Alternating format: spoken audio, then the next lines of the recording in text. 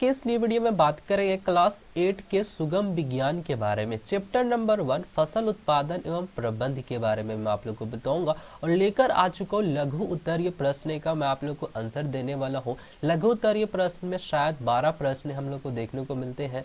आप लोग देखिए ये पीडीएफ है, बाकी आप लोग जो है इसमें मैच कर लेना, क्वेश्चन से आप लोग बुक से मैच कर लेना। तो पहला जो हमारा प्रश्न उठकर यहाँ पर आता है, में भोजन की आवश्यकता क्यों होती है, यानी भोजन मतलब खाना, खाना की आवश्यकता क्यों होती है। आंसर हम लोग देख सकते हैं इस प्रकार है, भोजन से हमें ऊर्जा प्राप्त होती है यानी एनर्जी, ताकत मिलता है। ऊर्जा की आवश्यकता जीवाणु की जैविक क्रियाओं जैसे पाचन, श्वसन, ऊर्जा उत्सर्जन आदि के संचलन में पड़ती है। भोजन में हमें हाइड्रो ऑक्साइड, प्रोटीन, वास, खनिज, विटामिन तथा जल की प्राप्ति होती है, इसलिए भोजन की आवश्यकता होती है। यानी भोजन से हमें ताकत मिलता है, कार्बन डाइऑक्साइड मिलता है, प्रोटीन मिलता है, कार्बन डाइऑक्साइड नहीं मिलता है, प्रोटीन मिलता है, वास मिलता है, खनिज, विटामिन, जल की भी प्राप्ति हम लोग को होती है। वही दूसरा प्रश्न में आ जाते, बोलता है कि अलग अलग फसलों को अलग अलग मौसम में क्यों लगाया जाता है, यानी कि अलग अलग फसल को अलग अलग मौसम में हम लोग क्यों लगाते हैं। जैसे कि आपने धान देखा होगा, गेहूं देखा होगा, सभी फसल उसको अलग अलग मौसम में लगाया जाता है। इसका प्रश्न हो जाएगा,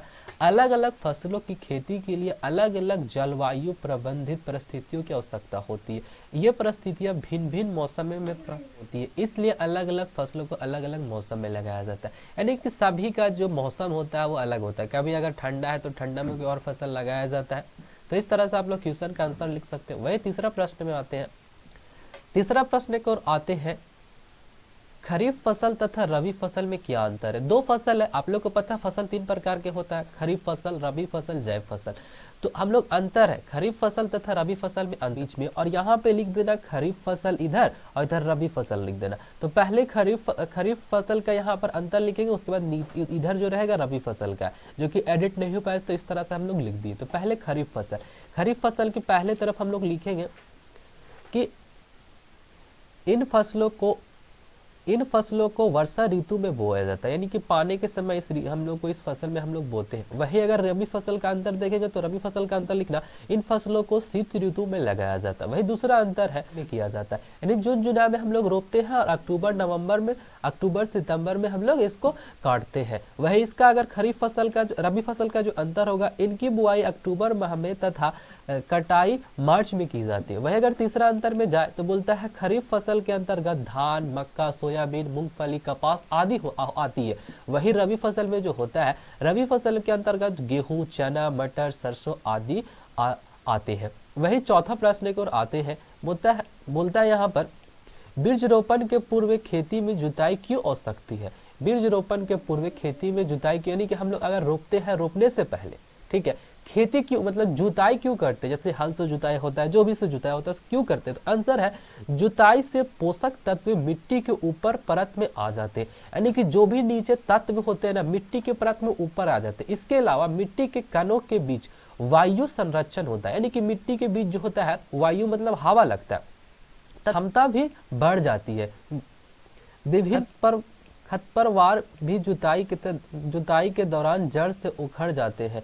ये आंसर हो गया। इसका यहाँ पर ये भी देख लेंगे, इसलिए बीज रोपण, इसलिए इसका आंसर यहाँ पे नीचे थोड़ा सा छूट गया है, इसलिए बीज रोपण के पूर्व खेती की जुताई आवश्यक है। वही 5वें प्रश्न में आते हैं, उर्वरक तथा खाद में अंतर। फिर से अंतर आ गया, तो आप लोग को क्या करना, एक तरफ उर्वरक लिख दो और एक तरफ खाद लिख दो, एक यहाँ पर एक लाइन तीर देना, इधर उर्वरक का अंतर लिखना और इधर जो लिखना वो खाद का अंतर लिखना यहाँ पर।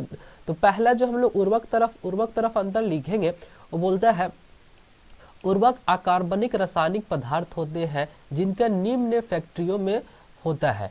वही यहाँ पे दूसरा प्रश्न, यहाँ पे दूसरा अंतर भी है। दूसरा अंतर देख सकते हो, उर्वरक के प्रयोग खेत में प्रायः फसल की बुआई के बाद किया जाता है। तीसरा अंतर हो गया, उर्वरक के पादप पोषक तत्व जैसे नाइट्रोजन, फास्फोरस, पोटेशियम प्रचुर मात्रा में होती है।